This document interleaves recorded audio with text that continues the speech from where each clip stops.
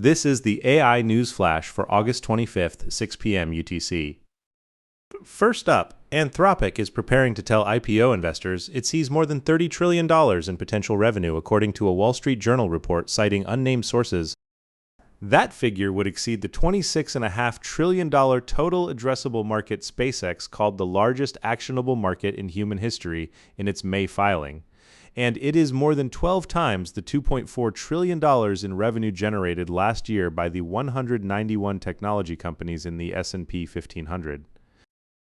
The same report says Anthropic could aim to raise as much as $100 billion in its offering, against SpaceX's $86 billion, while targeting a valuation of roughly $2 trillion above the $1.77 trillion SpaceX reached. Total addressable market estimates have always involved guesswork, and they get more nebulous when a company tries to price in how AI adoption reshapes entire industries. New York University finance professor Aswath Damodaran said that even before the SpaceX listing, the market these companies claim in AI was reaching the end of what is plausible and pushing beyond it. At the same time, reporting on Sunday said Anthropic customers lean on cheaper alternatives to its most powerful model, with spending on the Frontier Fable 5 model still around 11% of total spend on the company's tools, which raises questions about aggressive spending ahead of the listing. Anthropic also named a new general counsel this week. The second story, Stability AI has raised $76 million in a Series B round joined by all three major music companies, Universal Music Group, Sony Music Group, and Warner Music Group. Gaming giant Electronic Arts, AMD Ventures, and Pacific Alliance Ventures also took part, while Cotu, Greycroft, Cadmos Capital, Sean Parker, and Eric Schmidt invested for a second consecutive round. The financing follows the launch of Stable Audio 3.0, a family of music models trained on licensed data that artists can use through a digital audio workstation plugin. The company argues that responsibly trained models are not enough on their own, and that artist-centric AI only wins if the licensed platform delivers a better product experience than the unlicensed one. Total funding under Chief Executive Prem Akkaraju now stands at $232 million since he joined in 2024, and Cowork co-founder Thomas Lafont has joined a board that already includes filmmaker James Cameron and Sean Parker. Labels that spent years suing generative AI companies are now sitting on the cap table. Third story.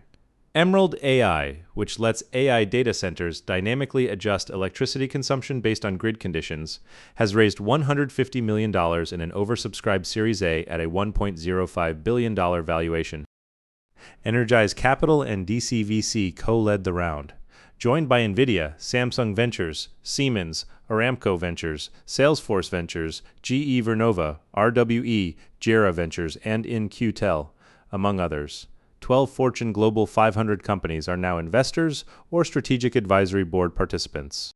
Its Emerald Conductor platform coordinates AI computing workloads with on-site energy resources to cut or shift power draw when the grid is stressed, without compromising critical workloads. The company estimates that applying flexible load technology across the AI build-out could unlock more than 100 gigawatts of untapped capacity on the existing United States grid, years before equivalent new generation and transmission could be built.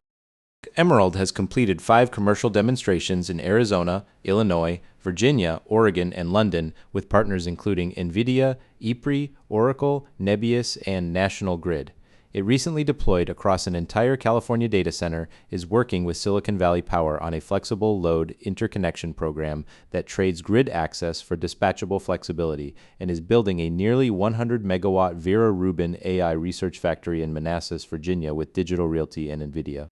Fourth story, Anthropic has extended the memory system built for Claude Chat into Claude Cowork, its computer use agent, so that both now share a single memory. Until now, users had to re-explain the same context every session. Going forward, if you tell Claude once in chat how your team defines its metrics or the headcount, city, and speakers for a conference, Cowork carries that context into the documents and budgets it builds in the cloud, and context from Cowork flows back into chat. What Claude remembers is stored as topic files that users can read, edit, or delete, and correcting one file propagates to every conversation afterward. By default, the system does not store sensitive subjects like health, race, ethnicity, religious beliefs, politics, or gender identity, and it only saves them if the user explicitly turns on an include sensitive topics setting with a notification each time. Even with that setting on, Claude will not store sensitive, personally identifiable information such as social security numbers, government IDs, criminal history, or immigration status, and it does not apply memory retroactively to earlier conversations. Memory is on by default, while sensitive topic storage is off, and the update lands right after Cowork became available through the Claude for Chrome extension. Fifth story. Alphabet's Waymo is expanding into Germany, aiming to launch commercial robotaxi service in Munich by the end of 2027, its first location inside the European Union.